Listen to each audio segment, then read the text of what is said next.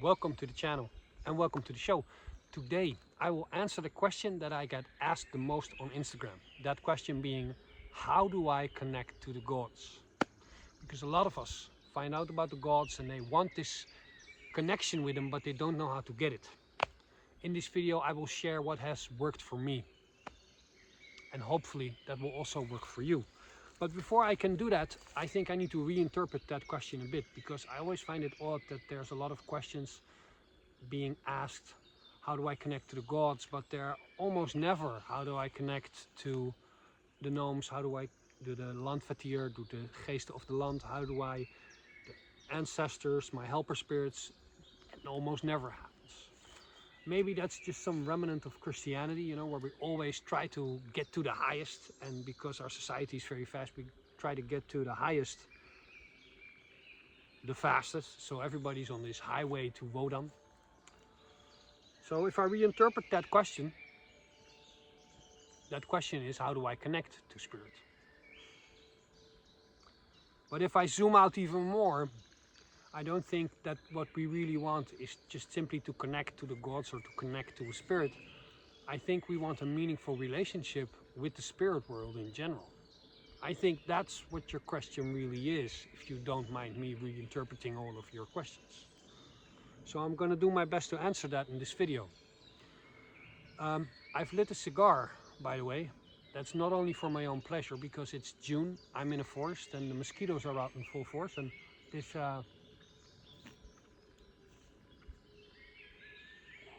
smell of this cigar, it does not only repel human beings, it also works for mosquitoes. So that's why you see me having a cigar, and if you see me making crazy moves like this, it's just mosquitoes. So, how do you form a relationship with spirit? How do you talk to spirit?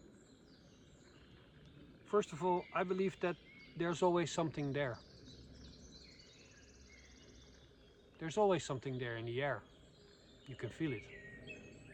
You can sense it. Even between you and me. Even between me sitting here on this tree and you sitting at home. There's something between us. There's kind of like this presence. You can feel it. You can start to think of spirit like that, because it's always there.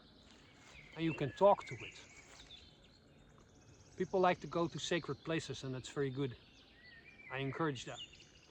But what people often forget is that Earth itself is alive. You can take a bit of dirt just off the ground, take it in your hands, and speak to it lovingly. Now, you shouldn't just start doing this because me, some guy on YouTube, told you so. I think you should start, if you want to try this, you should start with you. Yes, you. And what's in your heart? Where's your love? Because that's where you are. So are you the type of person who as a kid could watch the river flow for hours? Just stand there in a half meditative state, just watch everything go by. If you are like that, maybe you should talk to the river.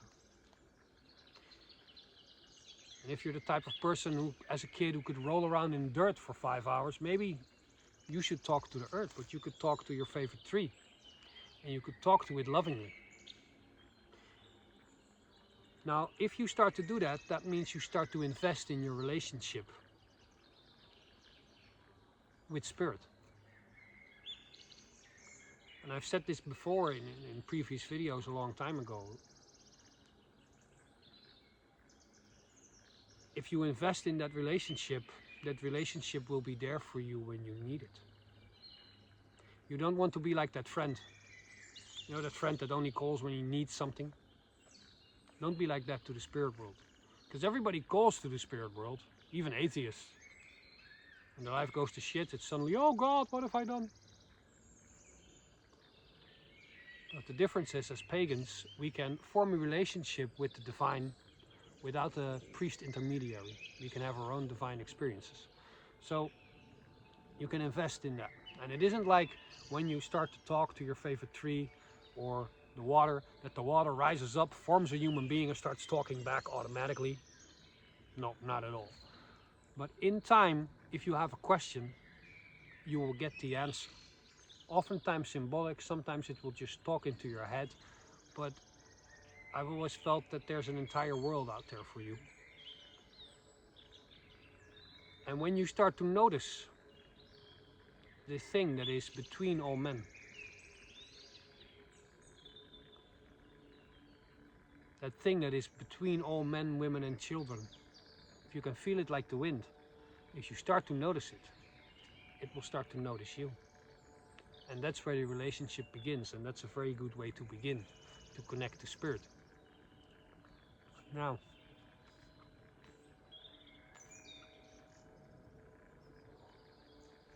besides the fact that these keep the mosquitoes away, these are also delicious, by the way. The gods, because that's what everybody wants to hear. How do you connect to the gods? Well, for one, you can start by saying their name. This may sound like a bit of a cliche, but there's an old saying, a named thing is a tamed thing. And don't worry, I'm not one of those people who think that we can just summon the gods. I don't even, when I say it, I want to wash my mouth out with soap, or at least say, sorry, I didn't mean to say it. Because gods are gods and men are men. Greek mythology is littered with tales of people who thought they were just as good as a god or even better than a god, and it always ends poorly. We do not command the gods. So if you can't command the gods, why do you say their name? What happens when you say their name? Now you can... Did you hear that? I have a mic on. Coocoo. Coocoo. Coocoo. It was the cuckoo bird, and the cuckoo bird is the primary bird of the Sitan tradition, which is a subtract of the Cider tradition, which I practice, by the way. So, thank you, spirit of the cuckoo. That's funny, I'm talking about investing in spirit, and spirit will talk back. And like, I walk these forts a lot, I never hear a cuckoo. And I do a video about nature echoing back, and I hear a cuckoo. Make of that what you will. If you want to say the name of a god, that's good. And what happens when you say the name of God? A good example of this is Odin, because Odin has a ridiculous amount of names. And you can memorize some of them and you can just say them from the heart. Now, when you start to talk and you say Odin, Wodan,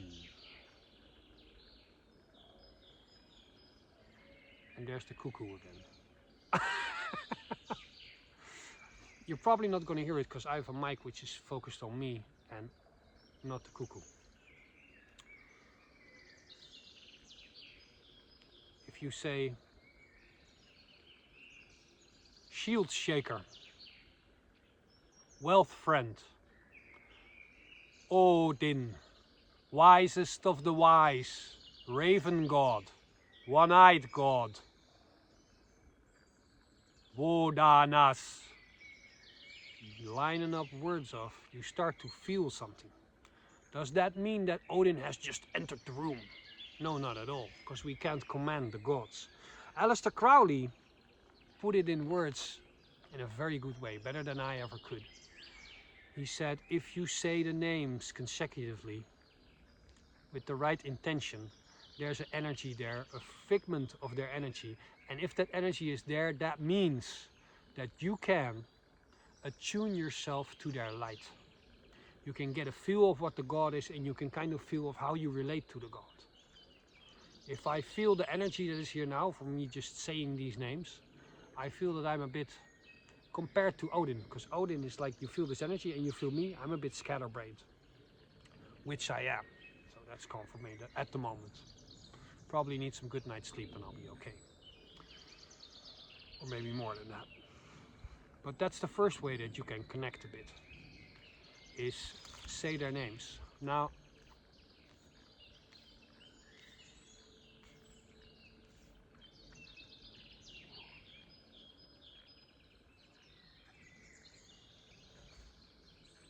you can do many things. Flattery is somehow also appreciated, but it has to be from the heart. Now, I'm guessing you just didn't pick a deity out of a book and said, you know, this looks nice, I'll just try this. And even if you did, there's a reason that you choose that deity. The big question is, coocoo again. The big question is, did you choose that deity? Or did the deity choose you? Because part of you, archetypally, is like that deity. If you choose Odin, Wodan, there's part of you that longs to be wise, that longs to have wisdom. Meaning a part of you is like Odin. And in Odin's case, we are always a bit like Odin because he created us from clay and he blew life into us. So the breath of Odin is inside of us at all times. So we are a bit apart like Odin. But even if you choose somebody like Loki, there's a part of us, or let's specifically, if you choose him to venerate, because Loki worship is a modern thing. If you chose to do that, there's a part of you like him. So speak lovingly to that deity. Tell them what you know. Tell them what you love about them.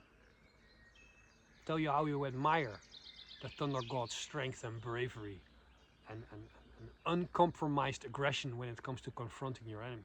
Tell them that, you'll love it. There are many things that you can do, as many things as there are people to connect to the gods. Very simple ways just to make an altar. You don't have to make a very elaborate altar. I already made a specific video explaining pagan altars. You could just do it in nature here and just put some rocks on the 4 directions. Because that's also a thing that I don't see modern pagans discussing a lot. You have the north, the east, the south and the west. And these things aren't just things on your compass. These things are alive, inside of us and outside of us. And you can talk to them and they will speak to you back. Maybe you think I'm crazy. Maybe I am crazy. Who knows? Find out next week on the Dutch Pagans channel.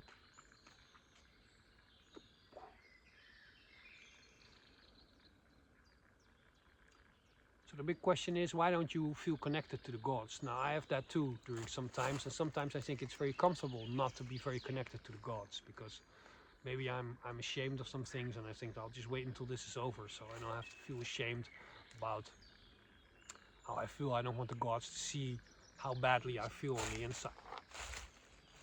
But the thing is this, birds of a feather flock together. You can only meet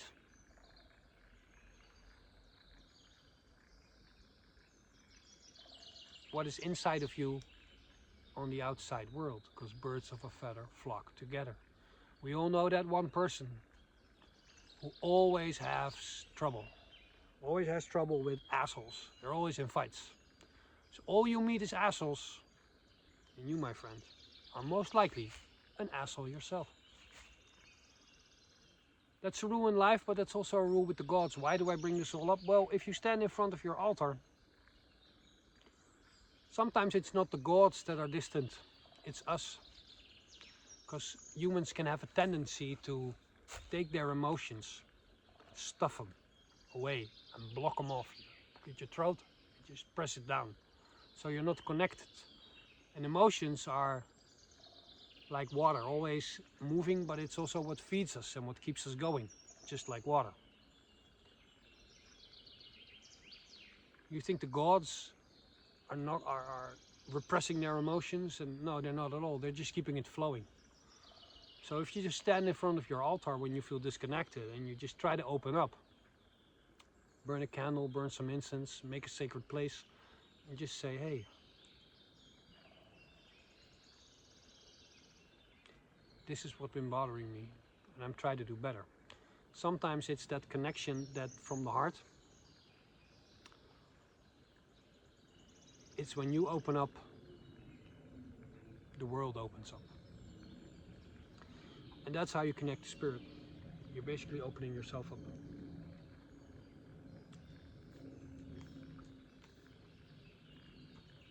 I think that's the video. Next video might be about the Norns. And again with the cuckoo, I really hope you can hear this.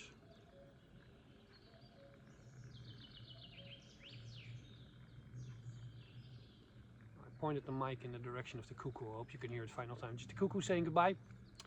See you all in a week or two. En ga met de goden.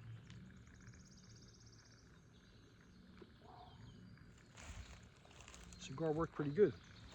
I didn't get stung the